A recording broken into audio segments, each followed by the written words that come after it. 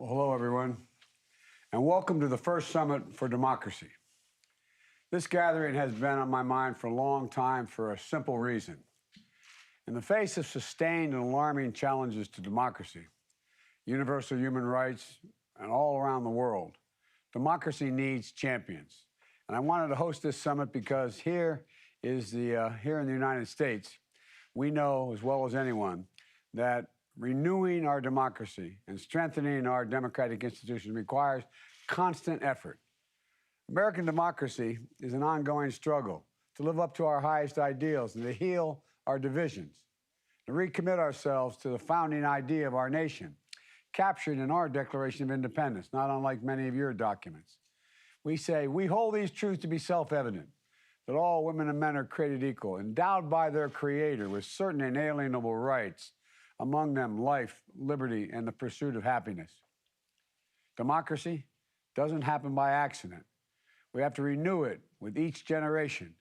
And this is an urgent matter on all our parts, in my view. Because the data we're seeing is largely pointing in the wrong direction. Freedom House reports in 2020 that marked the 15th consecutive year of global freedom in retreat. Another recent report from the International Institute of Democracy and Electoral Assistance noted more than half of all democracies have experienced a decline in at least one aspect of their democracy over the last 10 years, including the United States. And these trends are being exacerbated by global challenges that are more complex than ever and which require shared efforts to address these concerns. By outside pressure from autocrats, they seek to advance their own power, export and expand their influence around the world, and justify the repressive policies and practices as a more efficient way to address today's challenges. That's how it's sold. By voices that seek to fan the flames of social division and political polarization. And perhaps most importantly, and most worrying of all, by increasing the dissatisfaction of people all around the world with democratic governments that they feel are failing to deliver for their needs. In my view, this is the defining challenge of our time. Democracy, government of the people, by the people, for the people, can at times be fragile, but it also is inherently resilient. It's capable of self-correction and it's capable of self-improvement. And yes, democracy is hard. We all know that. It works best with consensus and cooperation. When people and parties that might have opposing views sit down and find ways to work together, things begin to work. But it's the best way to unleash human potential and defend human dignity and solve big problems. And it's up to us to prove that. Democracies are not all the same. We don't agree on everything, all of us in this meeting today. But the choices we make together are going to define, in my view, the course of our shared future for generations to come. And as a global community for democracy, we have to stand up for the values that unite us. We have to stand for justice and the rule of law, for free speech, free assembly, a free press, freedom of religion, and for all the inherent human rights of every individual. My late friend, Congressman John Lewis, was a great champion of American democracy and for civil rights around the world, learning from and gaining inspiration from other great leaders like Gandhi and Mandela.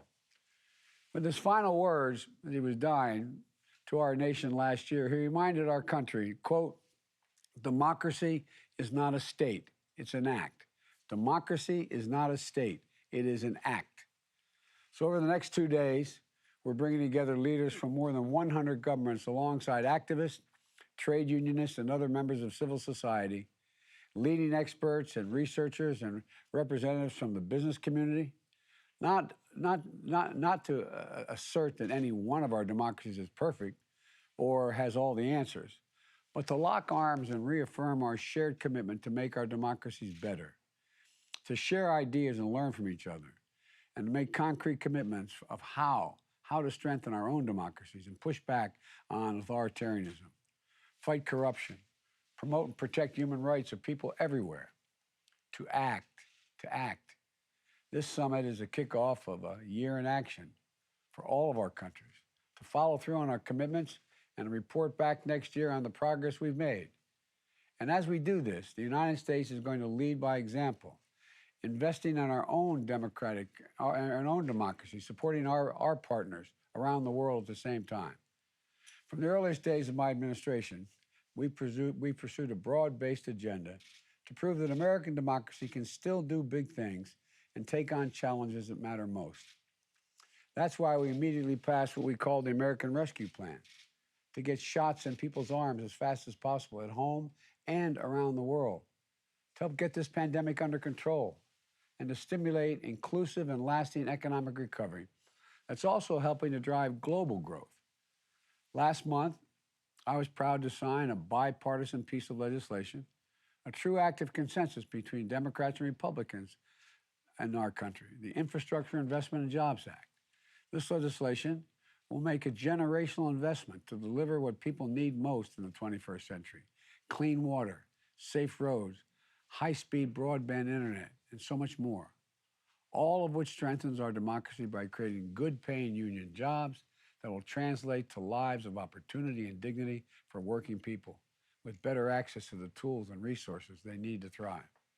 And soon, I hope to sign into law a bill we call the Build Back Better Plan, which will be an extraordinary investment in our people and our workers and give American families just a little more breathing room to deal with their problems and their opportunities. Our domestic agenda has been focused on delivering for the needs of the American people, strengthening our democratic institutions at home. My first day in office, I signed an executive order to advance racial justice and equality. And my administration recently released our first national strategy on gender equality and equity. We're fostering greater worker power because workers organizing a union to give them the voice of the workplace in their community and their country isn't just an act of economic solidarity. It's democracy in action. We're making it easy for Americans to register to vote. And we've doubled the number of attorneys defending and enforcing voting rights laws through our Department of Justice. And my administration is going to keep fighting to pass two critical pieces of legislation that will shore up the very foundation of American democracy: the sacred right of every person to make their voice heard through free, fair, and secure elections. We need to enact what we call the Freedom to Vote Act and the John Lewis Voting Right Advancement Act to prevent voting discrimination, provide baselines for accessing the ballot box, and ensure the will of the voters is upheld, and so much more. We should be making it easy for people to vote, not harder. And that's going to remain a priority for my administration until we get it done. Inaction is not an option. And as we continue to work at home to bring the United States closer to what we call a more perfect union, we're doubling down on our engagement with and support of democracies around the world. Earlier this week, I released the first U.S. government strategy on countering corruption, which elevates our fight against transnational corruption, a crime that drains public resources and hollows out the ability of governments to deliver for the people and just evaporates confidence that the people must need to have in their government. The strategy includes working with other partners, all of you around the world, to improve transparency, hold corrupt actors accountable, reduce their ability to use the United States international financial system to hide assets and to launder money. And today, I'm proud to launch the Presidential Initiative for Democratic Renewal, which will focus efforts across our diplomacy and foreign assistance programs to bolster democratic resilience and human rights and globally. Working with our Congress, we're planning to commit as much as $224 million in the next year to shore up transparent and accountable governance, including supporting media freedom, fighting international corruption, standing with democratic reformers, promoting technology that advances democracy, and defining and defending what a fair election is. Let me give you a few examples of the kind of work this initiative will entail. A free and independent media. It's the bedrock of democracy. It's how publics stay informed and how governments are held accountable. And around the world, press freedom is under threat.